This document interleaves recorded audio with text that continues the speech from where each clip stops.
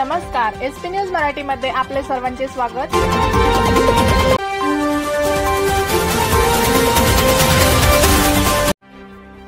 SP news मराठीमध्ये सर्व प्रेक्षकांचे स्वागत आहे। आजची बातमी आहे येवल्यामधून। येवला तालुक्यामध्ये श्रमिक मजूर संघटनेची मासिक मीटिंग आयोजित करण्यात आली होती।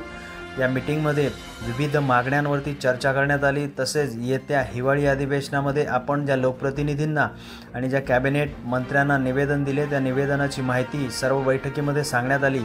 आपल्या सर्व मागण्या मान्य होतील व आपल्याला न्याय मिळेल अशी अपेक्षा आहे। आपल्याला येत्या सोमवारी किंवा मंगळवारी हिवाळी अधिवेशनामध्ये नागपूर येथे हा प्रश्न सुटण्याची दाट शक्यता आहे। आपल्या अनेक कर्मचाऱ्यांच्या या समस्या जाणून घेतल्या आणि त्यांचे निवारणही करण्यात आले। यावेळेस माननीय विधाते सर व महाराष्ट्र समन्वयक शरद लोहकरे पाटील या दोघांचाही आपल्या श्रमिक मजूर संघटनेच्या सर्व सदस्यांनी भव्य असा सत्कार केला आणि पुढच्या वाटचालीस शुभेच्छा दिल्या।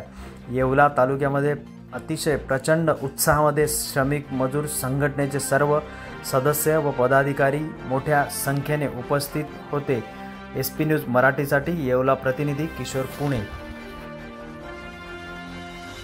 पाटलांचा एक छोटासा नमस्कार। आज आपण जो माझा सत्कार केला त्या सत्काराच्या पात्रतेमध्ये नाहीच मी पहिली गोष्ट, पण तरीही मी घरातला व्यक्ती म्हणून तो स्वीकारला। सत्कार केल्याबद्दल त्याबद्दलही धन्यवाद। आणि आता यापुढे कुठलंही काम झालं कृपया आपण आपला वायफट खर्च करू नका।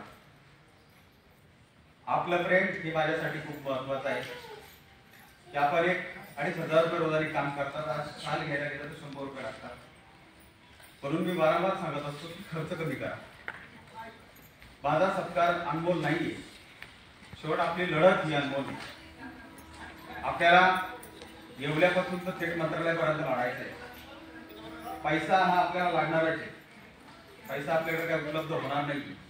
म्हणून कृपया करून यापुढे कुठलाही वायफट खर्च करू नका। मी सर्वांना नम्र विनंती करतो। आता आपण जर नागपूरला जाऊ कशासाठी गेलो, का गेलो याची सगळी माहिती मी आपल्याला सविस्तर सांगणार आहे। नागपूरला जाताना मला काय त्रास झाला, नागपूरला जाताना मला काय समस्या जाणवल्या, या सगळ्या गोष्टी मी तुमच्या पुढे शेअर करणार आहे। पण मला आता पहिला